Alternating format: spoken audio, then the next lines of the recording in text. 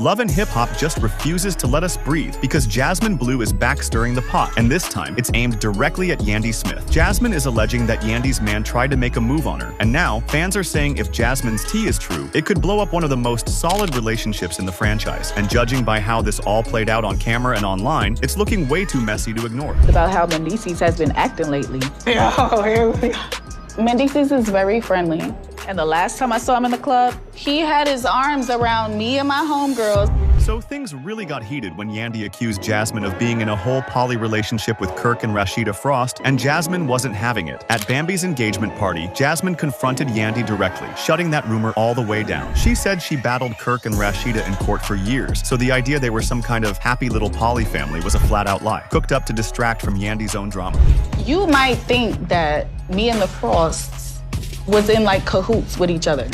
I only think what you told me, and I think we had the conversation, and I don't even like to waste my time going back. And fans weren't shy about calling Yandy out. Let's be real, Yandy accusing anyone else of messy relationship drama while her own marriage is constantly in the headlines? People saw that as pure deflection. Jasmine even hinted that Yandy was spinning fake storylines because the real tea was way too close to home. See, Jasmine has had Mendice's name in her mouth before. She once called him married on paper but for the streets in real life. According to Jasmine, there's even another woman, too scared to come forward, who's allegedly been having an affair with him for a while. And just to stir the pot further, Jasmine's friend Erica Racine jumped in, accusing Yandy of turning a blind eye while her man runs around unchecked. Things came to a head when Jasmine confronted Mendices directly. In a hallway scene, Rich Dollaz tried to introduce them, but Jasmine clapped back quick, "I don't look familiar to you?" When Mendices said no, she doubled down, claiming he'd been to her bar and another one her homegirl works at. His excuse? He only goes for the liquor, not the girls. But Jasmine wasn't buying it. That's interesting. Whoa. She worked at the same bar as me, and you have been to both of our bars before. I came here for liquor, not girls.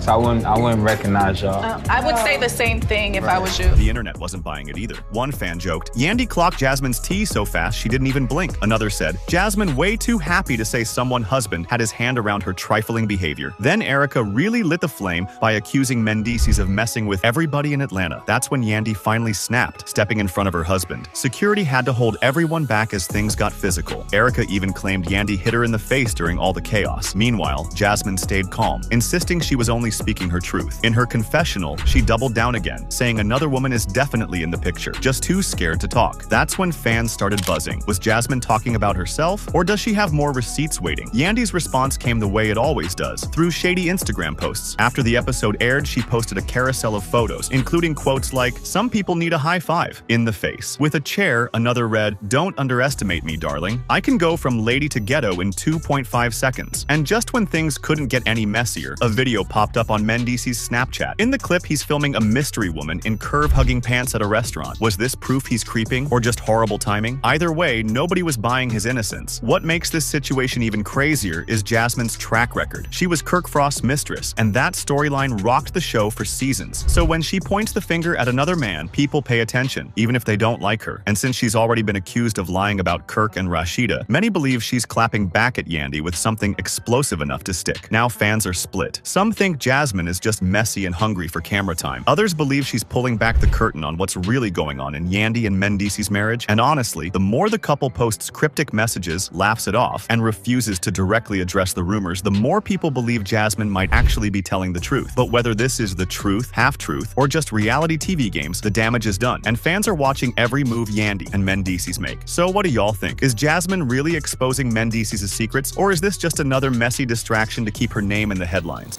The Stallion and GloRilla have built a friendship that many rap fans love to see. But a brief Instagram story from Glo set off a wave of speculation, not only about whether the two were feuding, but also about how some people give Megan credit for Glo's flowering career. You'll be shocked to hear how Megan reacted to Glo's allegedly shady Instagram story and how Glo defended herself. The trouble first started on May 21st when fans noticed Megan and Glo had quietly unfollowed each other, just hours after GloRilla had reposted a quote about gratitude to her Instagram stories, which seemingly used a background audio from YDLR, a track by Tory Lanez, the same artist convicted of shooting Megan in 2020. Given that Megan had just called Lanez a demon in a TikTok video one day before, the timing looked bad, especially as Megan had written that she was tired of having to relive being shot by Tory and slammed his supporters for spreading new conspiracy theories. When blogs began sharing screenshots of Glow's repost, many fans immediately took Megan's side, with many comments saying things like,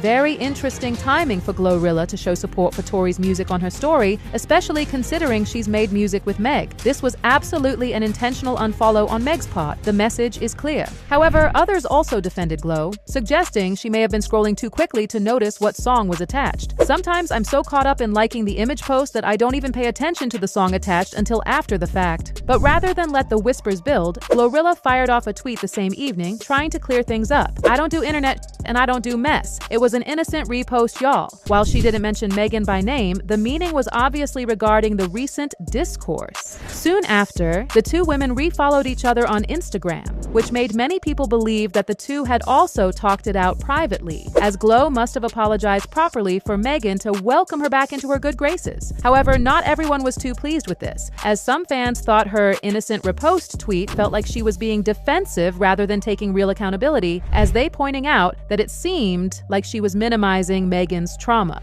Even after the two refollowed each other, parts of Megan's fan base haven't been able to move on. Did people forget GloRilla was acting weird towards Megan not too long ago? But now it's poor her. The incident also reopened an old debate among fans, as many started discussing just how much of GloRilla's rapid rise is tied to her collab with Megan. When Glow broke out nationally in 2022 with FNF, she already had a Memphis buzz, but it was her friendship with Megan that many point to as her true entry into mainstream stardom. Megan invited her on stage, brought her to high-profile events, and even seemed to help her network in order to expand her audience far beyond the South. In fact, some even believe that Megan might have taken some offense to the fact that Glow allegedly stopped respecting her help, and the Instagram incident could have even been about more than just the Tory case. GloRilla supporters argue that she earned her own place in rap through hard work and talent, pointing out that hits like Tomorrow 2 and Yeah Glow charted on the strength of her own sound and charisma. But it's also undeniable that Megan's early embrace opened doors, especially as industry insiders have noted that a Megan collaboration or public shout-out can instantly put a younger artist on festival bills and radio playlists. And whether Megan intended it or not, many fans credit her with helping push Glow to where she is today. Neither artist has publicly addressed those deeper conversations, and in fact, their quick reconciliation shows that, at least between them, the issue may already be resolved. But while Megan might have forgiven, many fans haven't forgotten, especially as GloRilla just recently brought up Megan in conversation, with fans criticizing each her for it. GloRilla, don't quote Megan in that Mariah mess you got going on, cause you definitely used that man's song, then tried to shade her when she said something. Now her words are starting to come true, huh?